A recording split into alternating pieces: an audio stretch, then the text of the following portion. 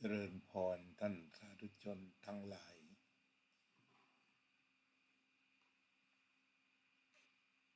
วันนี้เป็นวันที่14กุมภาพันธ์พุทธศักราช2568รายการธรรมทานมาพบกับท่านผู้ฟังท่านผู้ชมเป็นประจำรายการธรรมทานได้สดับรับฟังเรื่องราวต่างๆที่ได้กล่าวกันในทางสังคมและได้นำเรื่องนั้นๆมาเปรียบเทียบว่าพฤติกรรมของมนุษย์จะเข้ากับกุศลธรรมอกุศลธรรมหรือมีข้อคิดมีบทเรียนไปในทางธรรมอย่างไรบ้างวันนี้วันที่14กุมภาพันธ์2568วันที่14กุมภาพันธ์ก็เป็นที่ทราบกันว่ากลายเป็นวันตำนานของโลกนั่นก็คือว่าเป็นวันที่คนถือโดยทั่วกันว่าเป็นวันวาเลนไทน์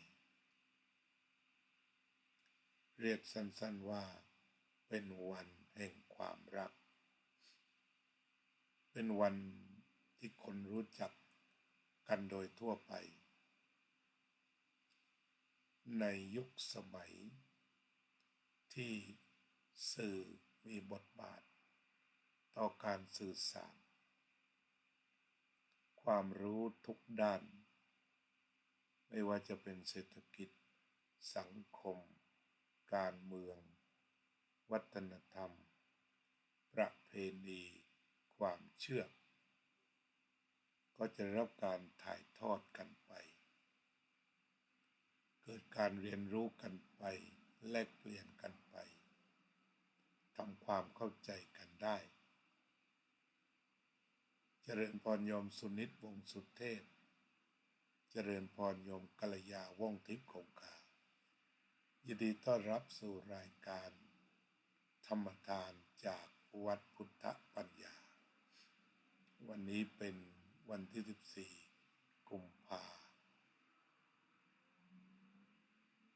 ในฐานะที่เราเป็นพลเมืองโลก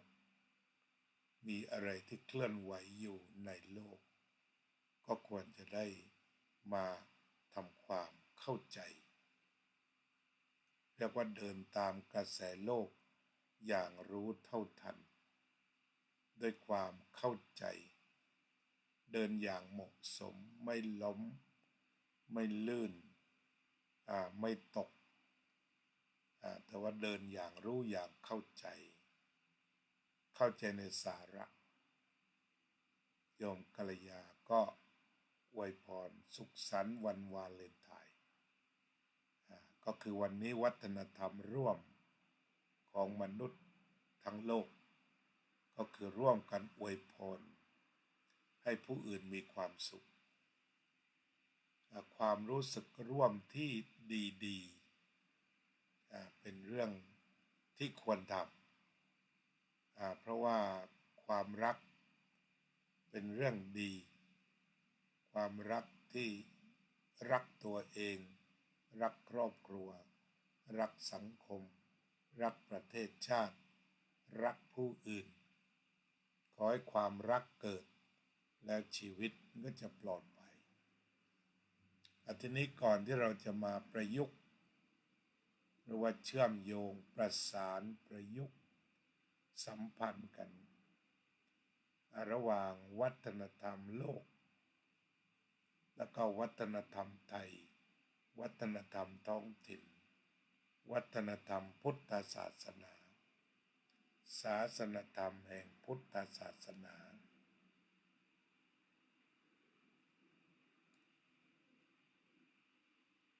เราก็ควรจะได้ทำความเข้าใจกันใ ให้ถี่ถ้วน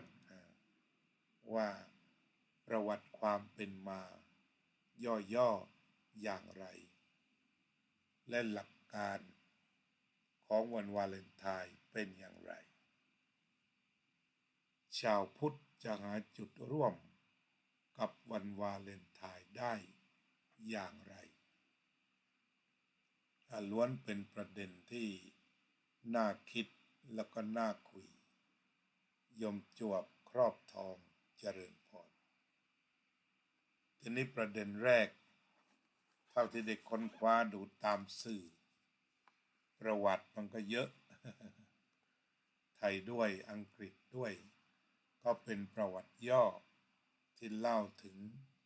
นักบุญวาเลนไทน์ที่เรียกกันว่าเซนต์วาเลนไทน์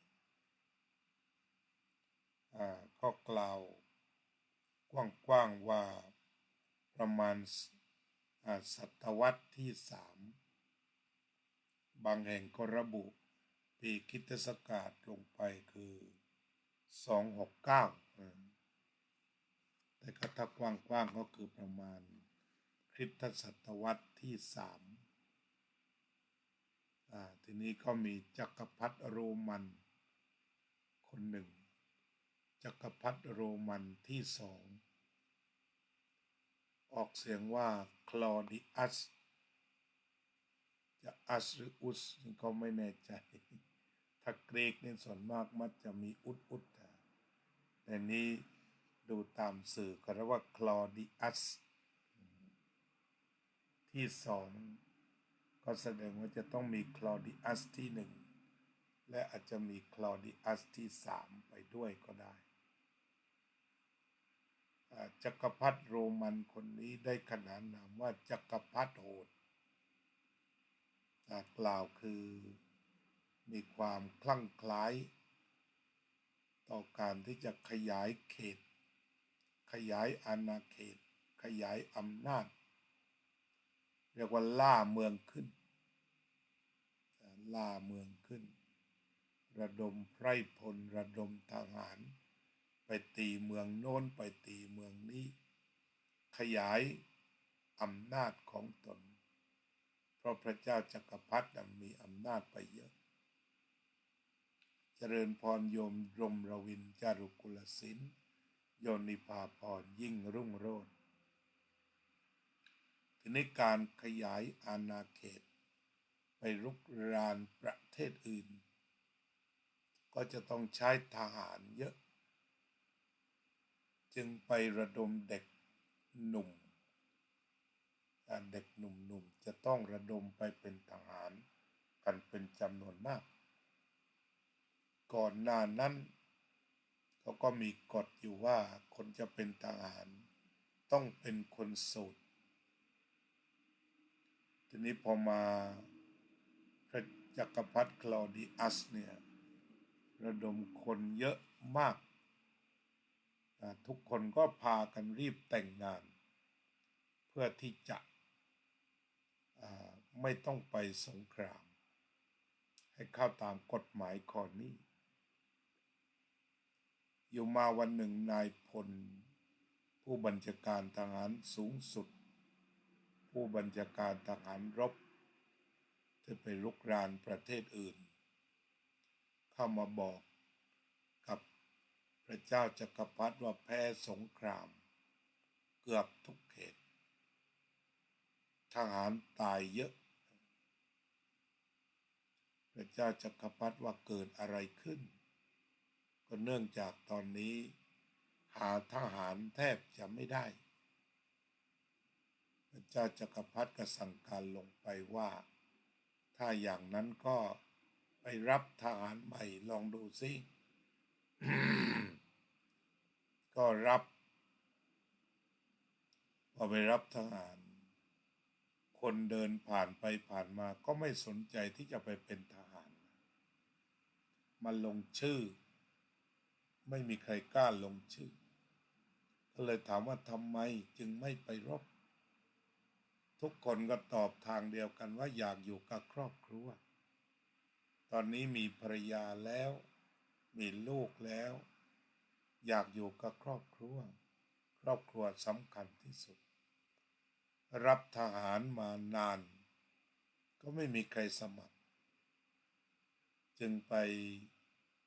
กราบทูลพระเจ้าจักรพรรดิพระเจ้าจักรพรรดิก็เลยถามว่าสาเหตุใดบอกว่าตอนนี้เขาแต่งงานกันไปสมด Good morning เดฟปุญญกาโมมังWelcome Good morning Happy Valentine Day I'm going to talk about history of Saint Valentine as you sent me that's the brief story ทีนี้บรรดาทหารน้อยลงพระเจ้าจักรพรรดิสืบรู้ว่ากฎหมายที่ว่าใครแต่งงานแล้วไม่ต้องไปรบฉะนั้นยกเลิกเกณฑ์เลยดีกว่าเนี่ยเกณฑ์ทหารมาเลยคือมาตั้งแต่ยุคโรมันนะเกณฑ์ทหารเนี่ยคือเบื้องหลังเนี่ยไม่มีใครไปไม่มีใครอยากเป็นทหารเจริญพรโยมลำดวนขำดีโยมทิพย์โยมนิคมอันนี้เรื่องเกณฑ์ทหารเขาก็ไม่ไปแต่ว่าไปเกณฑ์ไปจับเอาไปเกณฑ์มาไปเรียกมาก็หลังจากออกกฎหมายนี้ห้ามแต่งงานไม่มีการแต่งงานแล้วก็ใครที่แต่งงานแล้วก็ไปพาไปด้วยแต่งงานแล้วก็ต้องพาไปสงครามก็เป็นว่าภรรยาก็อยู่ข้างหลังลูกกระวัดทิ้งลูกทิ้งเมียไปออกสงครามอย่างไรก็ตามสาเหตุของการแต่งงานมันก็มาจากนักบวชต้องไปประกอบพิธีก็เลยออกกฎหมายอีกนักบวชใดไปประกอบพิธีแต่งงานให้คนหนุ่มสาวต้องถูกประหารชีวิตนักบวชทั้งหลายก็กลัวตายยุติ การประกอบพิธีแต่งงาน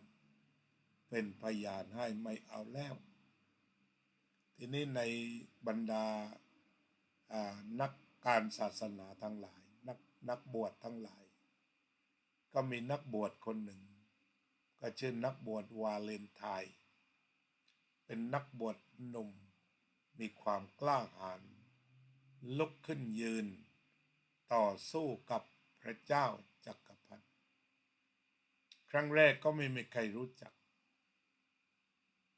ก็คือแอบแต่งงานให้แบบด่วนคือยังไงก็แต่งถึงจะต้องทิ้งลูกทิ้งเมียไปชายแดนหรือว่าไปรบประเทศอื่นเขาเนี่ยก็จะต้องแต่งงานเสียก่อนเช่นว่าจะไปภายใน3 วัน5 วันรีบแต่งคือรักกันแล้วโอกาสตายมันก็มีการไม่ได้พบคนรักมันก็มีก็รีบแต่งนักบุญวาเลนไทน์คนเดียวเนี่ยก็เป็นพยานในการแต่งงานให้ถูกต้องเป็นการแต่งงานให้ถูกต้องตามความเชื่อสบายใจบางคนแต่งได้3 คืนก็ต้องไปแล้วถูกเกณฑ์ไปทำสงคราม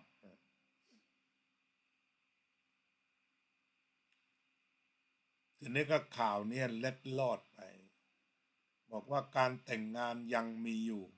แต่เป็นความลับสุดยอดไม่มีใครรู้การนัดแนะการแต่งงานเป็นความลับจะไปอยู่ตามห้องเล็กๆตามกระท่อมนานำเทียนไปแค่2 เล่มจุดเทียนเสร็จก็ถือว่าเสร็จพิธีแล้วก็รีบกลับกันไปแกแต่งได้เยอะเหมือนกันนักบวชวาเลนไทน์แต่งงานได้เยอะจนกระทั่งพระเจ้าจักรพรรดิส่งสายสืบสะกด วันหนึ่งขณะที่กำลังแต่งงานทหารก็ไปเคาะประตูแล้วก็จับไว้ได้โดยละม่อมนำมาหาจักรพรรดิก็ยังใจดีบอกว่าถ้าท่านไม่แต่งงานก็จะปล่อยไปวาเลนไทน์บอกถ้าปล่อยไปก็แต่งงานอีกจัดให้อีกเพราะเขาทำงานให้พระเจ้าเขาทำงานรับใช้พระเจ้ารับใช้มนุษย์ไม่ได้รับใช้คำสั่งของจักรพรรดิอันนี้ต่อสู้แล้ว กราบคารวะพระเดชพระคุณพระราชมงคลวิเทศรองประธานสมัชชาสงฆ์ไทยในสหรัฐอเมริกาครับเป็นบุญยิ่งนะครับที่ได้มาเยี่ยมเยือนรายการธรรมทานจากวัดพุทธปัญญาครับเป็นบุญเป็นเกียรติเป็นศักดิ์ศรีของรายการครับขอบพระคุณยิ่งครับนี่นักบุญวาเลนไทน์เรียกว่านักบวชก่อนเพราะยังไม่ได้สถาปนาเป็นนักบุญนักบวชวาเลนไทน์พูดอย่างนี้ต่อหน้าพระราชาเรียกว่าชักธงรบกันแล้วต่อต้านต่อสู้พระเจ้าจักรพรรดิก็บอกถ้าอย่างนั้นจับไปขังไปเรื่อยจนกระทั่งว่าจะยอมรับใช้จักรพรรดิให้รู้ไปว่าถ้าไม่รับใช้จักรพรรดิอะไรจะเกิดขึ้นอันนี้วิญญาณเผด็จการแต่นะก็ส่งตัวให้ผู้คุมก็คุมง่ายเพราะไม่ใช่อาชญากรแต่เป็นนักบวชที่เก่งเสียด้วยก็เลยบอกว่าในช่วงที่ยังไม่มีคำสั่งประหารขอให้ทำงานให้สักนิดได้ไหมงานอะไรเหรอพอดีลูกสาวตาบอดคนหนึ่งไม่มีโอกาสได้เรียนวจนะของพระเจ้าขอท่านช่วยสอนให้ได้ไหมนักบวชก็บอกโอ้ยินดีเป็นอย่างยิ่งเจริญพรโยมสมควรกตาธิการโยมจิรารัตน์เกียรติสันติกุลเมื่อเป็นอย่างนั้นผู้คุมก็นำลูกสาวมาเรียนวจนะของพระเจ้ามาเรียนคัมภีร์เขาก็สอนได้ดีสอนได้เยี่ยมการสอนคัมภีร์ก็เดินไปอย่างดีรู้เข้าใจใช้เวลาอย่างเต็มที่เธอก็เป็นคนที่เก่งคือถ่ายทอดจากปากเข้าสู่สมองเข้าสู่ใจจนรู้แจ้งในคัมภีร์โยมเนียงสมสุนันท์โยมเนียงสมสุนันท์ก็ยินดีต้อนรับสู่รายการธรรมทานจากวัดพุทธปัญญาสวัสดีครับท่านพระครูโชติธรรมบัณฑิตจากวัดสันขยอมอำเภอสันป่าตองครับวันนี้เป็นสิริมงคลยิ่งที่มีพระเดชพระคุณรองประธานสมัชชามาเยี่ยมแล้วก็ยังมีพระนักเผยแผ่ที่มีชื่อเสียงของภาคเหนือท่านพระครูโชติธรรมบัณฑิตวันนี้ถือว่าเป็นวันแห่งความรักถ้าไม่รักก็ไม่เข้ามาชม ใครเข้ามาชมนี่ถือว่ารักหมด อย่าเพิ่งหนี อย่าเพิ่งหนีแสดงความไม่รักเอาหนุนเนื่องกันเข้ามาทีนี้ก็ตกลงว่าสอนคัมภีร์ไปเธอก็ทราบซึ้งในคัมภีร์แล้วก็เวลาสอนนักบุญวาเลนไทน์ก็ไม่ได้สอนคัมภีร์ไปแบบซื่อๆอย่างเดียวแต่ยังพูดถึงความงดงามของการสร้างโลกของพระเจ้าขยายความตามโวหารมีภูเขาสูง มีแม่น้ำมีทะเลมีนกร้องมีดอกไม้บานต่างๆก็พรรณนาจนน่าเรียนเมื่อเธอเรียนไปจนเข้าใจถึงความเมตตาของพระเจ้าโซเฟียเป็นตัวแทนชาววัดพุทธปัญญาเมืองพโมนามาเลี้ยงอาหารเด็กที่โรงเรียนซอแสลูจังหวัดตากครับพรุ่งนี้จะลงเฟซครับขอบคุณมากครับ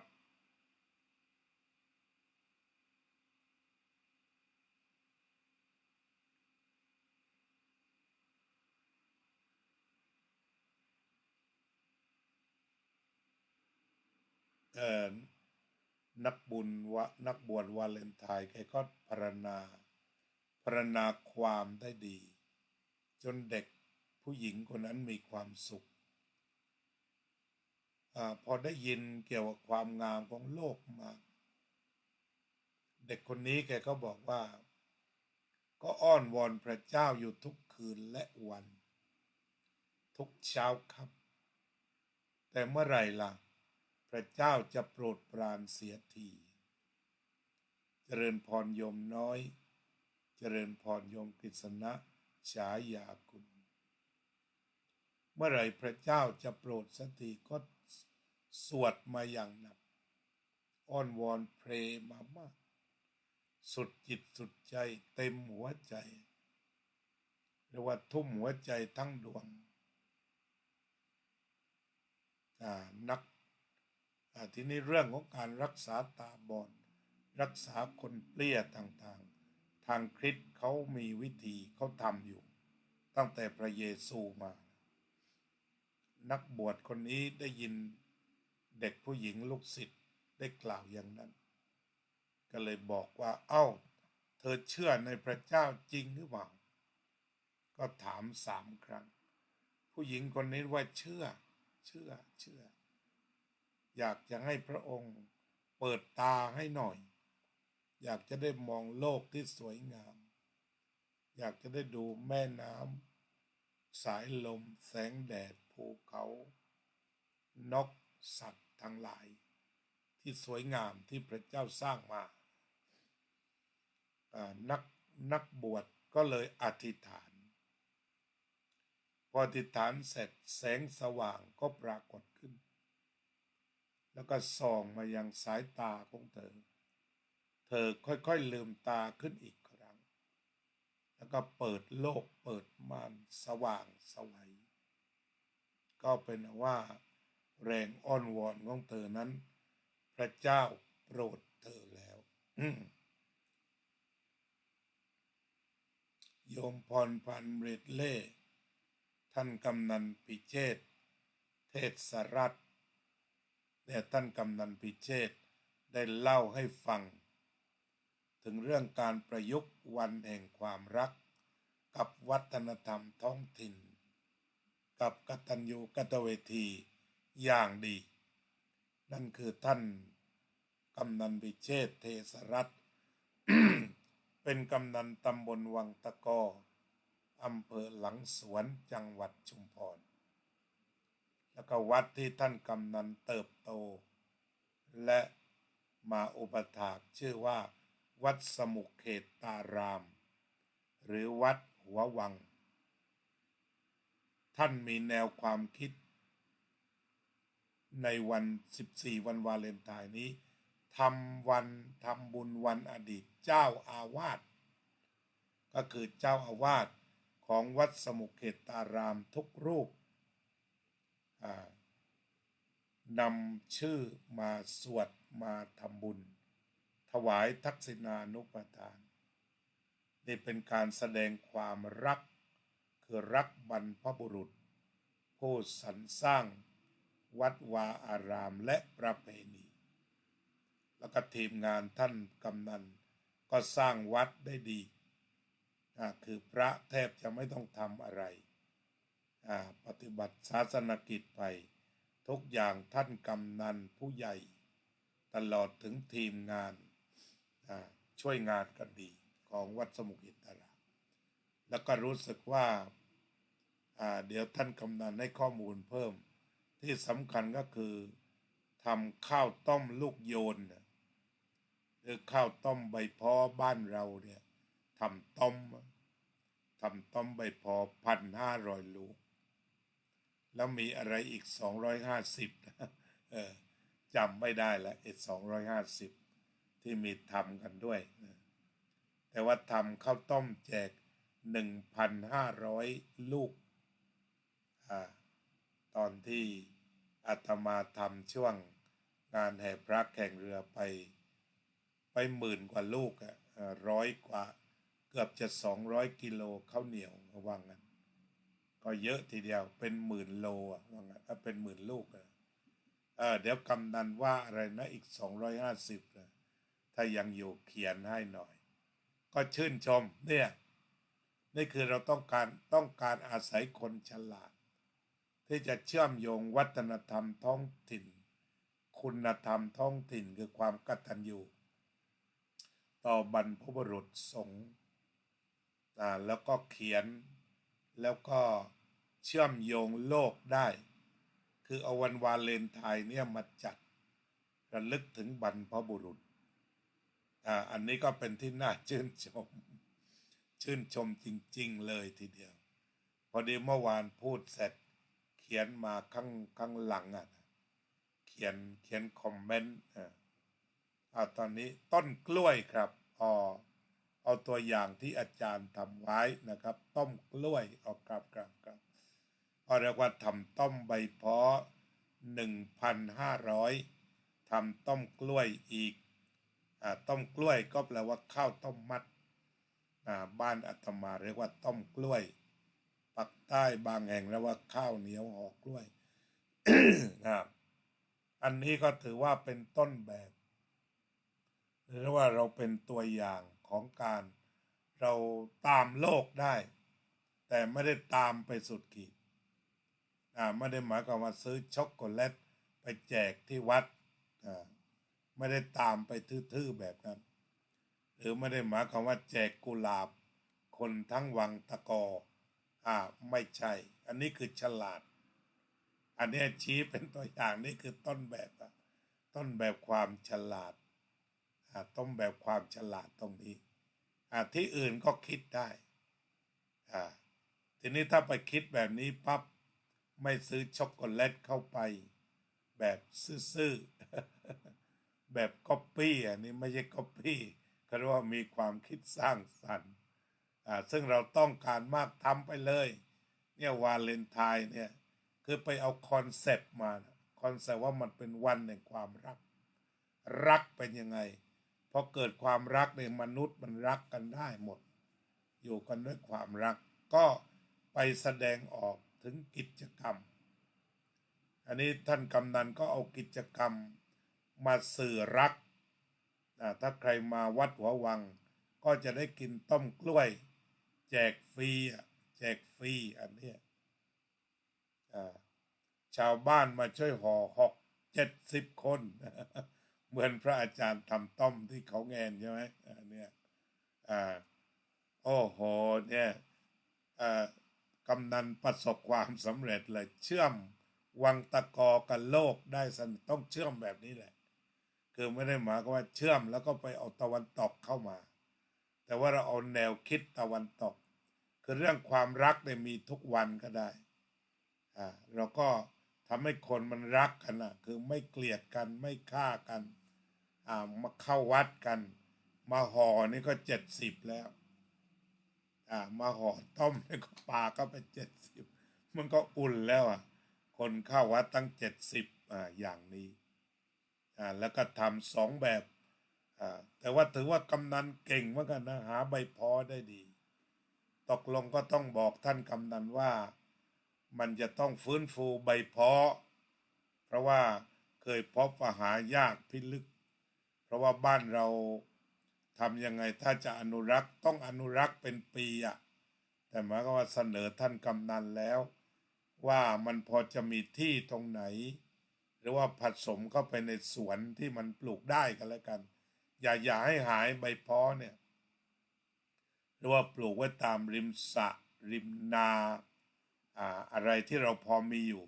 ตอนนี้มันเป็นทุเรียนไปหมดแล้วนะบ้านเราเนี่ยเพราะฉะนั้นทำยังไงฝากท่านกำนันอีกเรื่องหนึ่งอนุรักษ์ใบพอก ปีที่แล้วอาตมาก็ไปกับคุณกฤษสีฟ้านะที่พังงาไปปลูกใบเพาะเอาไว้ทำต้มเหมือนกันนะไปปลูกใบเพาะกันเหมือนกันปลูกกันหลายต้นตอนวันอาสาฬหะตอนนี้ฝากท่านกำนันหนึ่งเรื่องเลยทีเดียว คือถ้าสมมติว่ามันโยงกันสิ่งแวดล้อมมันโยงกับสิ่งแวดล้อมพอสิ่งแวดล้อมมันจะมาโยงมาหาวัฒนธรรมทีนี้ก็ปรากฏว่าประสบการณ์ทำต้มปีที่แล้วเนี่ยก็คือประชาชนส่วนใหญ่อยากทำต้มอยากจะทำต้มแต่ว่าหาใบเพาะไม่ได้นี่คือปัญหาใหญ่เลยท่านกำนัน ต้นทางฉะนั้นหลายคนบอกทำต้มกล้วยดีกว่าทำต้มนี้มันยากอันนี้จับประเด็นนะท่านกำนันฝากเลยทีนี้เราก็เริ่มอนุรักษ์ป่านนี้ก็คงทันอยู่ได้ยอดพอสมควรก็ลองเอาเลยมันมีอยู่บ้างได้ข่าวว่าแม้แต่แถวทุ่งตะโกแถวนี้ก็ยังมีอยู่หลานบอกว่ายังหาได้อยู่บ้างแต่ว่าตอนนี้ก็ต้องหาต้นนี่แสดงว่ากำนันก็หาได้อยู่ต้องหาใบเพาะได้อยู่เนี่ยท่านกำนันหาได้ ถ้าเป็นอย่างนั้นก็ขอฝากอนุรักษ์เพราะว่าเห็นไหมมันเชื่อมโยงสิ่งแวดล้อมใบเพาะของเราก็เขียวถ้าขึ้นได้เป็นกลับมาใหม่เป็นพันกอนะทั่ววังตะกอเนี่ยแล้วอีกอย่างหนึ่งดีไม่ดีเป็นพืชเศรษฐกิจด้วยนะเพราะว่าเรื่องทำต้มในแถวสุราษฎร์เขาก็ยังทำอยู่แล้วอนาคตถ้ารู้ว่าบ้านเรายังมีใบพอก็ส่งได้นะอันนี้หายากท่านกำนันหนุ่มของเราเดี๋ยวขออนุญาตเล่านิทานต่อ ดีใจท่านกำนันมีอะไรดีก็คุยกันเข้ามานะความคิดสร้างสรรค์นี่ก็เรียกว่าปัญญานี่เพราะฉะนั้นเรื่องของการที่เราจะเดินเข้าไปสู่กระแสโลกนี่เดินได้แต่เดินแบบใช้ปัญญาทำให้นั้นเราก็จะเสียเมืองเราจะสูญเสียวัฒนธรรมแล้วก็ถ้าเด็กกลับมากินต้มกล้วยกันอีกครั้งเนี่ยเศรษฐกิจชุมชนเราก็จะฟื้นมางั้นก็โยงไปเวลามีงานศพเวลามีงานบวชต่างๆอย่าทิ้งต้มกล้วยก่อนต้มกล้วยยังไปได้เพราะว่าใบกล้วยของเราเยอะก็ฝากท่านกำนันเดินต่อเช่นแทนนี้เราจะไปซื้อขนมอื่นมาก็เน้นต้มกล้วยมันขับเคลื่อนทางเศรษฐกิจไปหมดใบกล้วยนี่ตรงนี้ก็ขายได้แล้วก็กล้วยน้ำว้าของเราแบบสวยๆใหญ่ๆอวบก็ที่วังตะกอเราก็เคลื่อนไปหรืออาจจะเพิ่มอีกอย่างหนึ่งสร้างค่านิยมมารับนั่นก็คือว่าทำกล้วยบวชชีไปงานศพไหนทานข้าวเสร็จแล้วก็มีกล้วยบวชชีอีกสักถ้วยหนึ่งมะพร้าวแพงหน่อยก็เอาละชาวสวนได้โอกาสมะพร้าวตั้ง20 บาทต่อผลเนี่ยก็ไม่ว่ากันก็ขอให้พืชพันธุ์ของชาวสวนขึ้นไปหน่อยตามกลไกตลาดเพราะว่ามัน6 สลึงมันนานแล้วขึ้น20 บาทสักทีเพราะนั้นผลผลิตทางการเกษตรมันก็ขึ้นลงนี่แหละเพลินก็เป็นว่าท่านกำนันได้เชื่อมโยงวัฒนธรรมท้องถิ่นกับวัฒนธรรมกระแสโลกเข้าได้อย่างสนิทเป็นตัวอย่างที่น่าชื่นชมคุณยายหวัดอายุ92รู้ข่าวให้ลูกมาส่งที่วัดอยากห่อต้มนี่เนี่ยวัฒนธรรมเข้าสู่จิตใจนะ ปีนี้ท่านกำนันทำต้มซะหน่อยทำที่หัววังแหละเพราะว่าคนอยากจะได้ต้มไปตักบาตรก็เป็นว่าท่านกำนันก็จัดศูนย์กลางไปเสียเลยใครจะทำเอาข้าวเหนียวมาเอามะพร้าวมารวมตัวกันที่หัววังไปเสียเลย3-4-5 วันก่อนเรือแข่งตรงนี้ก็นำเสนอใหญ่เลยวันนี้ เพราะว่าชาวบ้านนี่อยากทำต้มกันมากใช่เพราะนั้นวัฒนธรรมเนี่ยคนมันมีความซาบซึ้งแล้วก็อยากสืบทอด92มาเลยทีนี้พวกอายุ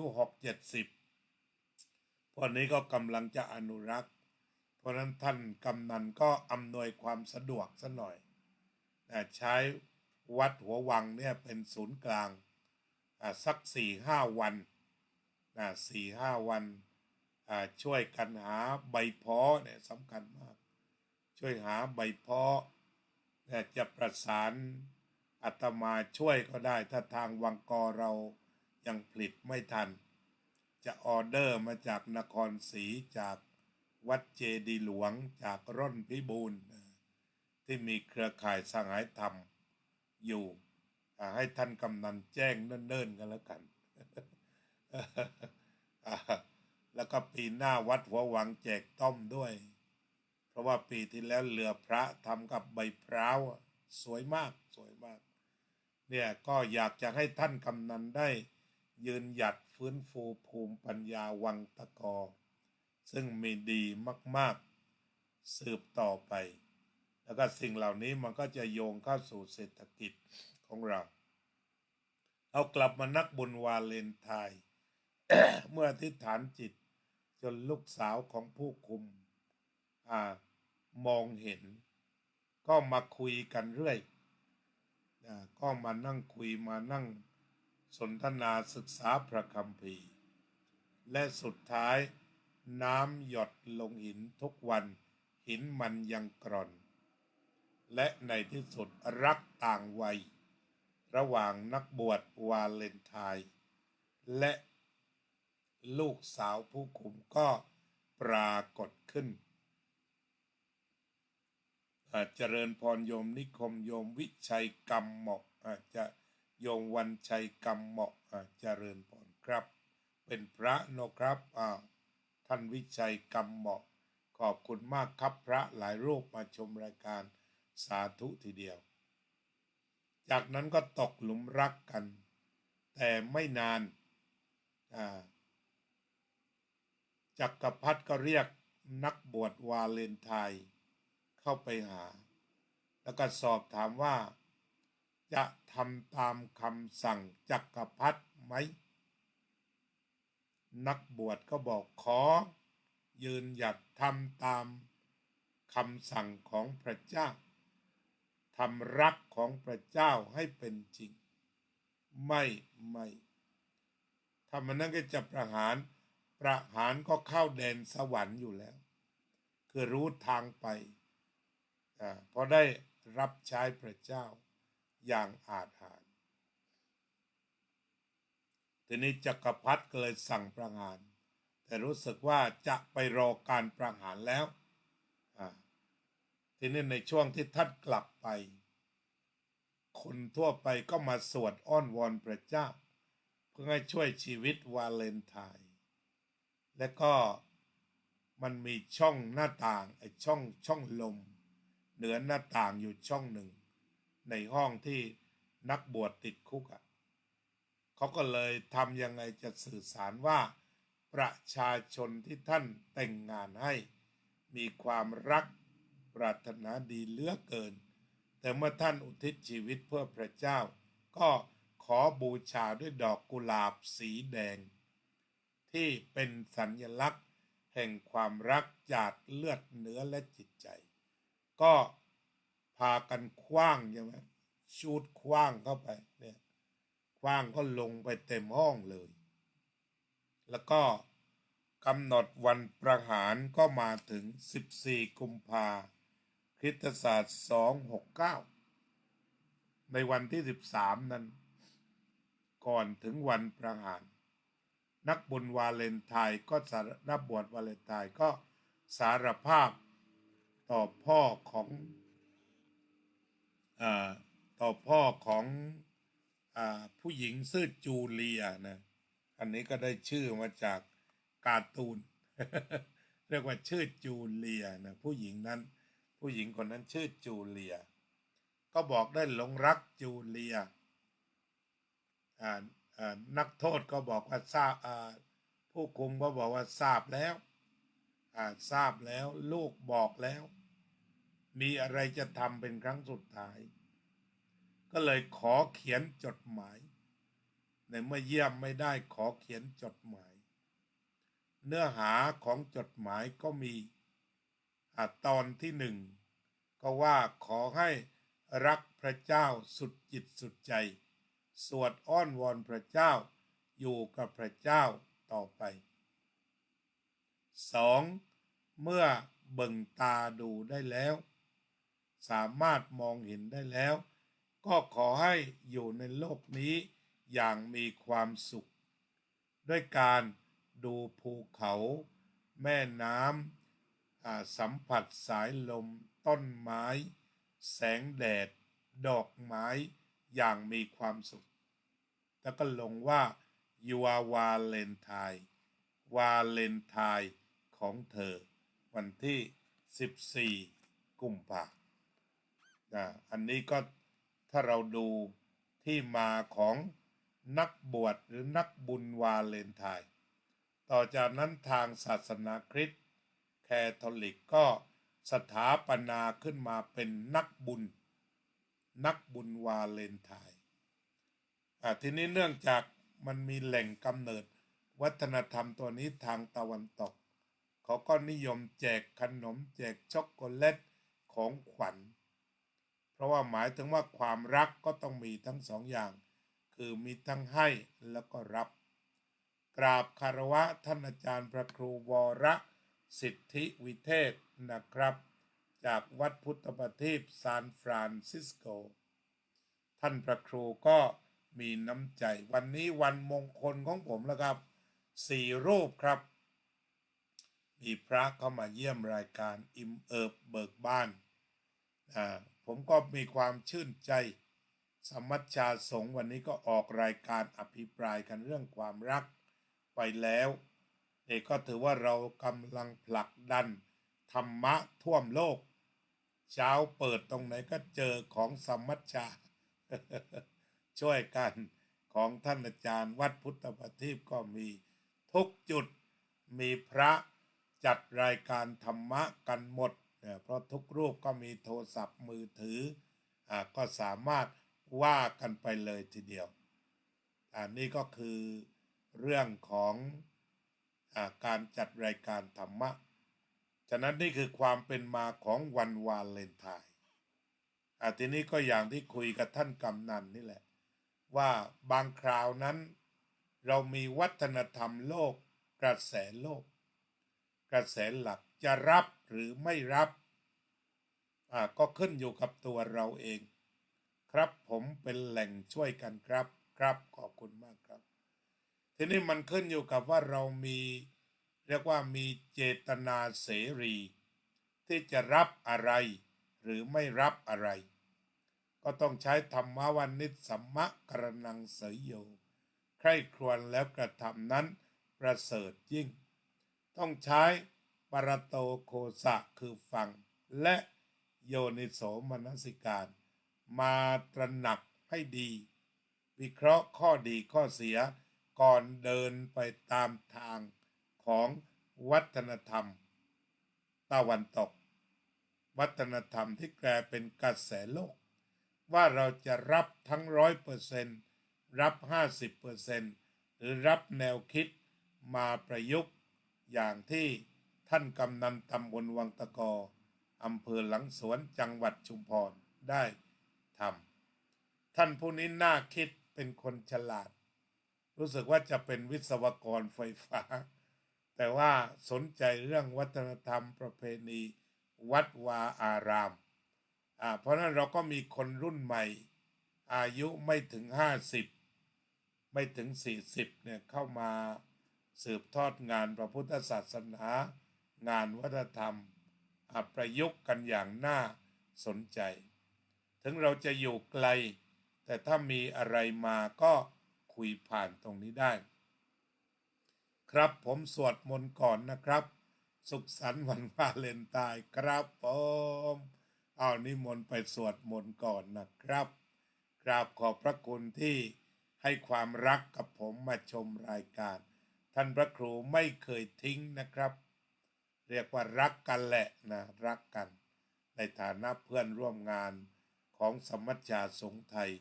ในสหรัฐอเมริกาทีนี้ถ้าพอเราจับประเด็นแห่งความรักเราก็เอาแนวคิดมาอย่างเมื่อวานก็มีคนมาถามเหมือนกันว่าวันวาเลนไทน์นี่เราจะแจกอะไรพอดีคนถามเนี่ยเขาอยู่นครศรีก็บอกว่าแจกกล้วยก็ได้กล้วยน้ำว้าก็ได้กล้วยหอมก็ได้ข้าวหลามก็ได้เนี่ยอย่างวังตะกอก็แจกต้มแล้วก็ข้าวต้มมัดทีนี้แต่ละท้องถิ่นเนี่ยเราสามารถทำของขวัญของเราได้เลย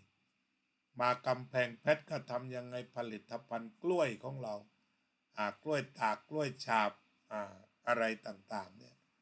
คือหลังจากดูโลกแล้วก็กลับมาดูเราอีกครั้งหนึ่งเรียกว่าเชื่อมโลกค้นกับโลกนะเรียกว่า global thinking คิดระดับโลกแล้วก็ local living แต่เราอยู่กับท้องถิ่นให้ได้แล้วก็หาปัญญาท้องถิ่นมาพบได้แล้ววัฒนธรรมโลกจะไม่มีพิษมีภัยทีนี้อย่างวันวาเลนไทน์ถ้าเราจับความรักเป็นคำกลางซะก่อนเป็นคีย์เวิร์ดในความรักมันก็มีมากมายมีหลายแบบไม่ใช่ว่าจำเพาะจดจงเพียงรักราคะนะ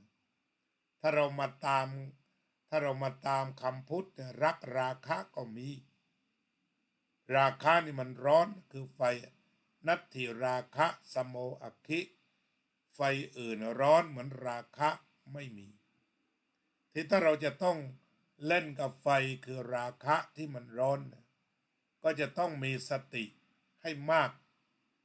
เจริญสติให้มากรักกันแล้วก็อย่าทุบอย่าตีอย่าทำร้ายแต่ขอให้รักกันให้ตลอดไปให้มีสติว่ารักเพื่อความเย็นรักเพื่อช่วยกันซึ่งกันและกันรักเพื่อให้กำลังใจรักที่จะสดับรับฟังรักที่จะเดินไปด้วยกันให้คิดไปในเชิงสร้างสรรค์ไม่ทำลายก็เป็นว่าครอบครัวไหนนี่พ่อแม่รักกันเนี่ยมันก็จะเป็นครอบครัวที่มั่นคงรักก็มั่นคงถึงมันเป็นรักคือราคะนี่ก็ตามต่อไปรักตัวเองนัตถิอัตตะสมังเปมังรักอื่นเสมอด้วยตนไม่มีถ้ารักตัวเองจงนำตัวเองออกมาจากอบายมุขไม่ดื่มน้ำเมาไม่เที่ยวกลางคืนไม่ดูการละเล่นไม่เล่นการพนันไม่คบคนชั่วเป็นมิตรไม่เกียจคร้านการทำงานพยายามศึกษาตัวเองทำความเข้าใจตัวเองปรับปรุงตัวเองเปลี่ยนแปลงตัวเองพัฒนาตนเองยกระดับตัวเองเพิ่มค่าให้ตัวเองนี่รักตัวเองหลวงพ่อพุทธทาสกล่าวว่าจงรู้จักตัวเองคำนี้หมายว่าค้นพบแก้วได้ในตัวท่านหาข้างนอกทำไมให้ป่วยการดอกบัวบานอยู่ในเราอย่าเขลาไปในดอกบัวมีมณีที่เอกอุดสุดที่ใครจะค้นหามาให้ได้การตรัสรู้หรือรู้สิ่งใดๆย่อมเริ่มไปจากการรู้ตัวสูเองนี่ก็คือรักตัวเองให้มากรักเหล้าให้น้อยหรือไม่รักเลยไม่รักการพนันไม่รักการเที่ยวแต่รักตัวเองให้มากอันนี้ก็เป็นอีกหนึ่งมิติทีนี้ต่อมาก็คือทำตัวน่ารักปิยะก็จะมีคุณธรรม4อย่างนั่นคือมีการให้ พูดจาไพเราะสงเคราะห์สังคมปฏิบัติตนเป็นกันเองเช่นเรามีพระปิยมหาราชเป็นพระอันเป็นที่รักของปวงชนชาวไทยท่านจากไปเป็นนานแสนนานแต่เรายังระลึกถึงพระปิยมหาราชพระภัตรมหาราชเนี่ยบุคคลเหล่านี้ทุกรัชกาลเป็นที่รักเพราะท่านให้ท่านพูดเพราะท่านสงเคราะห์คนและปฏิบัติตนเป็นกันเองก็เลยกลายเป็นที่รักต่อไปก็ ความรักสัตว์ทั้งหลายที่พระพุทธเจ้าทรงสอนไว้จงแผ่เมตตาไปไม่มีที่สุดไม่มีประมาณไม่มีที่สุดไม่มีประมาณก็คือรักทั้งมนุษย์รักทั้งสัตว์รักทุกชนิด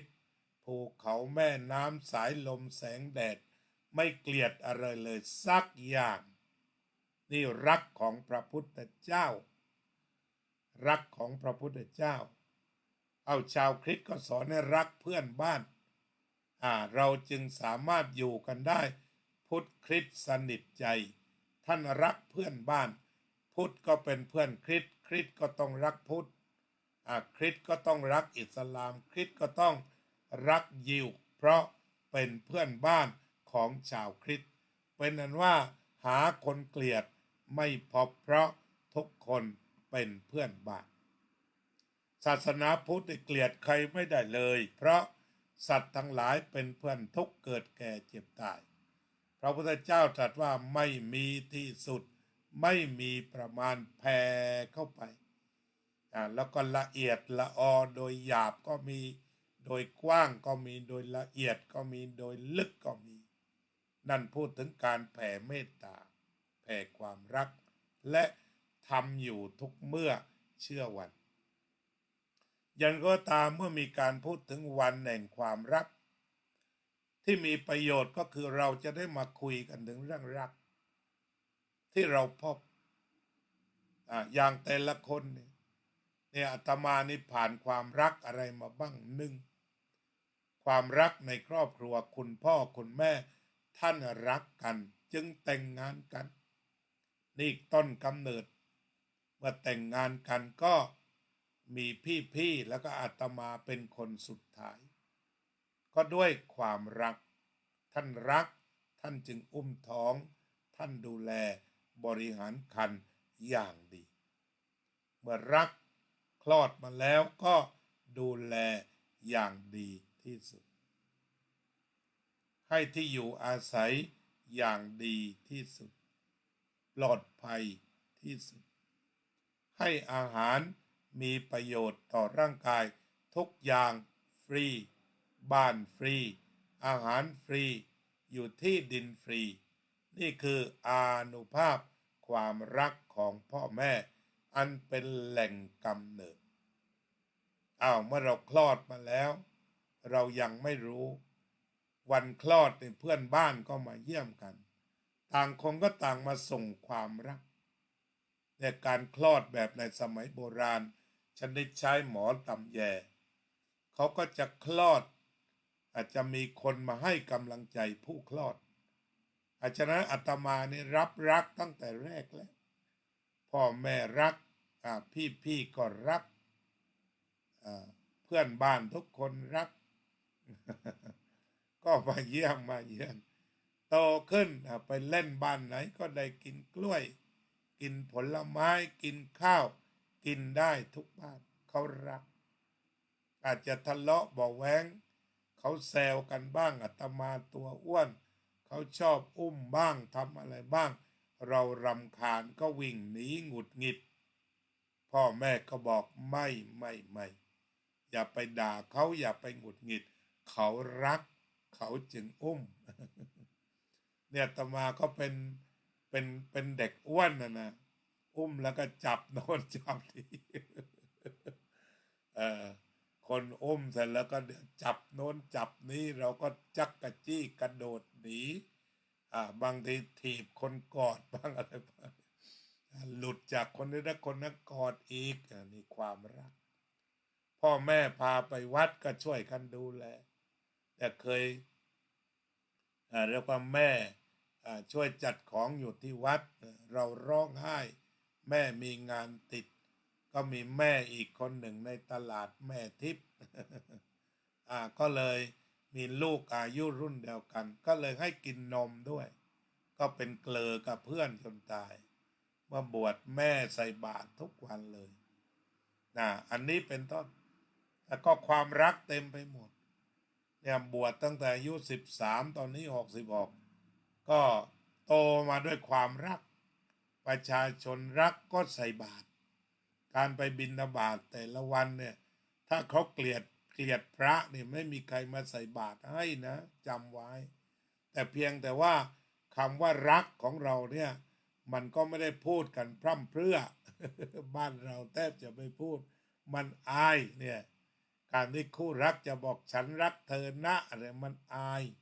คือมันอยู่ข้างในแต่ความเป็นจริงลองดูสิเนี่ยอาตมาเป็นเนนไปบิณฑบาตจากเขาแงนไปยันหนองปลาเนี่ยเดินเท้าแต่ก็สนุกมากบุกฝนฝ่าโคลนไปแต่ว่าจีวรต้องซักทุกวันไปถึงชาวบ้านก็เตรียมแกงนั่นแกงนี้เตรียมข้าวอะไรเอาไว้ให้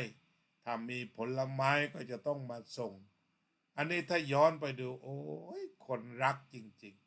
ๆแล้วก็เป็นอันว่าปัจจุบันเนี่ยที่กลับไปอยู่บ้านระยะหนึ่งทั้งลูกทั้งหลานทั้งพี่ทั้งน้องตอนไปก็ไปรู้จักเพื่อนไม่กี่คนตอนกลับนี่มาเป็นร้อยไปอยู่100 กว่าวันมีคนรู้จักเพิ่มเป็น100ในกลับหลังสวนเที่ยวนี้คนรักกันทั้งนั้นไปรับความรักรับพลังใจไปอยู่ที่วัดปราสาทนิครก็เพื่อนชวนไม่ถึง5 คนไปจำพรรษาบ้านเราเถอะแก่แล้วพอไปถึงโอ้โหนะก็เจอญาติธรรมเพียบเลยเป็นร้อยชวนอยู่ที่โน่นไปเลยนะมีเป็นร้อยแหละนี่ก็คือตัวความรักออกมาบิณฑบาตก็เหมือนกันนะไปได้ไม่ไกลไปจงหน้าโรงเรียนนิดเดียวเต็มอาตมาก็ถือในใจออกบิณฑบาตว่ารับสักเจ้าเดียวก็พอถ้าได้แกงได้กับได้น้ำก็จะกลับมาฉันนั่นแหละแต่ว่าไปได้ไม่ไกลเดี๋ยวเอาตรงนั้นซาลาเปาตรงนี้ข้าวต้มมัดตรงนี้น้ำเดินไม่ได้กลับมาเอาเจอข้าวต้มบ้านโยมสุดท้ายอีก2-3 ถุงทุกคนก็ใส่ข้าวต้มกันหมดก็เลยฉันเสร็จเหลืออาหารก็บอกเอาโยมจุกกรูของเราโยมจุก โยมพงชัยรอดยอดสร้อยก็พาไปเยี่ยมพาไปเยี่ยมโยมที่ป่วยติดเตียงบ้างเด็กในสถานที่ที่เขาลำบากนี่ก็ความรักมันมีความรักในใจนะในความจริงความรักมันเป็นธรรมชาติเป็นปกตินะพื้นใจมนุษย์เนี่ยรักแต่ว่ามันเกลียดเป็นคราวๆโกรธเป็นคราวๆแต่ว่าโกรธเสร็จก็กลับมารักอีกคือสังคมต้องอยู่ด้วยความรักถ้าไม่ความรักมันร้อนนะเอาที่เราเดินอยู่ในตลาดทุกวันเนี่ยทุกคนทุกแกงแหละเพราะคนไม่ได้เกลียดกันคนไม่ได้โกรธไม่ได้อาฆาตไม่ได้พยาบาทไม่จองเวรฉะนั้นบรรยากาศที่ความรักมันมีแต่ว่าข่าวไม่รักมันแทรกเช่น3 จังหวัดชายแดนภาคใต้เนี่ยก็มีฆ่ากันบ่อยๆแต่ไม่ได้หมายความว่าแดนนั้นไม่มีรักยังมีอยู่เพราะมันไม่ได้ลุกเป็นไฟแต่วันนั่นแหละถ้าหยุดฆ่าให้สนิทอย่ามาฆ่าบ่อยเดี๋ยวคนบ้าง2 คนบ้างมันเยอะไปฉะนั้นดินแดนใต้เนี่ยปักใต้บ้านเราเนี่ยก็คงจะต้องทำกิจกรรมให้รักกันให้มากขึ้นเรารักกันอยู่แล้วล่ะแต่ว่ามันมีช่องว่าง ที่จะต้องไปเติมรัก พอรักแล้วมาเกิดสันติแล้วก็น่าเที่ยวตรงไหนมันก็น่าเที่ยวทั้งหมดเพราะคนมันมีรักทีนี้การแสดงออกว่ารักเช่นยิ้มเนี่ยสยามเมืองยิ้มสยามเราก็คือเมืองแห่งความรักเมืองพุทธก็คือคนมีความรักกัน เนี่ยเมืองพุทธเนี่ยคนมันมีความรักไปไหนมันก็มีความรักดีใจวันนี้โยมบัวผันทรสุขสันต์วันแห่งความรักอยู่ที่ประเทศลาวใช่ไหมครับตอนนี้ทุกคนก็คิดถึงโยมนะชาววัดพุทธก็รักโยมบัวผันไปเยี่ยมไปเยือนตอนนี้ไปอยู่ประเทศลาวกลับบ้านเกิดอายุมากคิดถึงบ้านเกิดกันก็กลับไปดินแดนพุทธศาสนาลานช้างของเราลานช้างเชื่อมสัมพันธ์ด้วยความรักแบบพระพุทธศาสนาสนิทสนมใจสายใยวัฒนธรรมก็ค่อยคุยกันอีกสายใยพุทธไทยพุทธลาวซึ่งเอื้อเฟื้อเกื้อกูลกันมาอยู่อเมริกาก็ช่วยกันพระไทยพระลาวไปมาหาสู่เจริญวัฒนธรรมต่อกันนี่ก็คือพลังของความรักที่จะต้องค้ำจุนโลกโดยสรุปก็คงจะว่าเมตตาธรรมค้ำจุนโลกก็คงจะสรุปตรงนี้ เมตตาธรรมค้ำจุนโลก ก็ต้องมาตรงนี้ทีนี้เราเรียนความรักจากไหนจากพ่อจากแม่ก่อนแล้วก็รักเพื่อนรักครูครูรักเราเรารักครูจึงทำการบ้านส่งแม่ครูหนักใจเรารักเพื่อนเพื่อนก็รักเราคนทำงานในออฟฟิศก็รักสำนักงานก็รักถนนหนทางก็รักเลือกสวนไร่นาทำงานด้วยความรักแล้วก็ชุ่มฉ่ำใจฉะนั้นประเทศไทยจึงเป็นดินแดนพุทธที่เปี่ยมด้วยความรักตื่นเช้าขึ้นมาเราก็จะพูดเรื่องความรักดังๆด้วยการแผ่เมตตาออกจากบ้านพ่อแม่สอนแผ่เมตตาก่อนนะลูกนะก็ถ่ายเทความรักลงไปในหัวใจของลูกแล้วนั้นวันแห่งความรักจะเป็นกระแสโลกแต่ขอให้เราได้ถักทอรักและเป็นผ้าห่มประเทศไทยให้ประเทศไทยอบอุ่นไปได้ไอรักช่วยกันถักทอผ้าห่มผืนใหญ่ด้วยใยรักผ้าห่มผืนใหญ่ด้วยใยรักแล้วก็คลุมโลกเอาไว้ให้โลกนี้อบอุ่นด้วยความรักแล้วสันติภาพจะเกิดขึ้นจะปรากฏขึ้นความสุขจะมีขึ้นก็ต่อไปก็จะเจริญสมาธิภาวนาแผ่เมตตาไม่มีที่สุดไม่มีประมาณ Right now we are going to practice loving kindness meditation to spread our best wish and love to all beings without limitation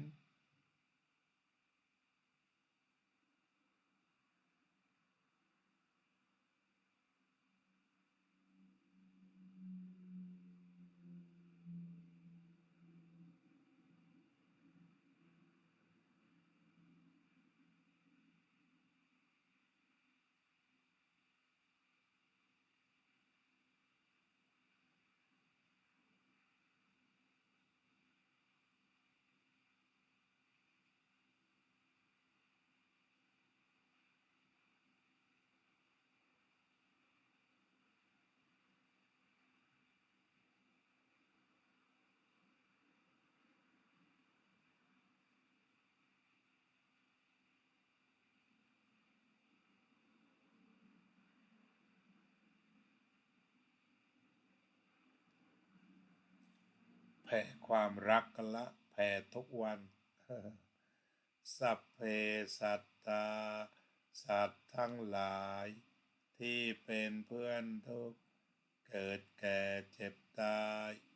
ด้วยกันทั้งหมดทั้งสิ้นอเวราโหนตุจงเป็นสุขเถิดอย่าได้มีเวรแก่กันและกันเลยอภัยยาปัจจาโหนตุจงเป็นสุขเถิด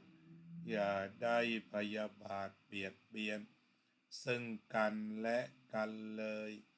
อนีฆาโหนตุจงเป็นสุขเถิดอย่าได้มีความทุกข์กายทุกข์ใจเลยสุขีอัตตานังปริหารันตุจงมีความสุขกายสุขใจรักษาตนให้พ้นจากทุกภัยทั้งสิ้นเถิดอภิวาทนาสีลิสะนิจจังวุธาปัจจายโนจัตตารโอธรรมาวัฏันติอายุวันโนสุขังภะลัง May all human beings, may all living beings, may all beings be free from hostility, be free from aversion, be free from danger,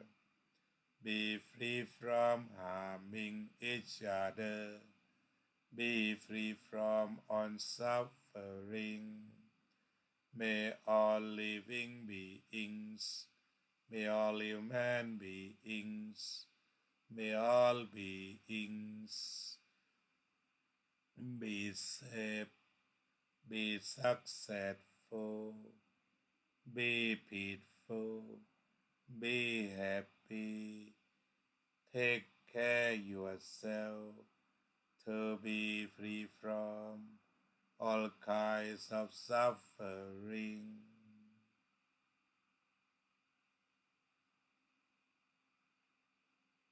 ก็ขอบคุณโยมน้อยที่มาภาวนาร่วมกันโยมศิวิไลโยมกัลยาว่องทิพย์คงคาขอบคุณทุกท่านที่ร่วมรายการอย่างดีเยี่ยมในวันนี้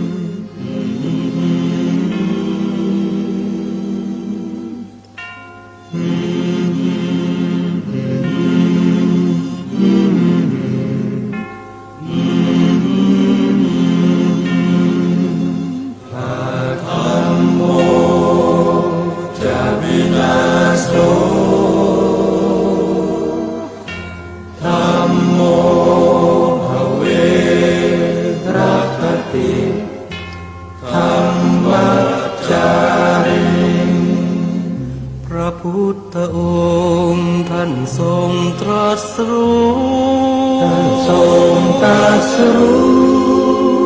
เป็นสัพพัญญูตรัสสอนความจริงตรัสสอนความจริงว่าธรรมะย่อมชนะทุกสิ่งเป็นที่พึงพิงแก่ผู้ประพฤติชอบธรรมธัมโมจะวินาโสธัมโมภเวรัคติธัมมัจจาริงอำนาจใดๆก็ตามย่อมถึงความพินาศถ้าขาดธรรมะประจำไม่มีใครอยู่ค้ำฟ้า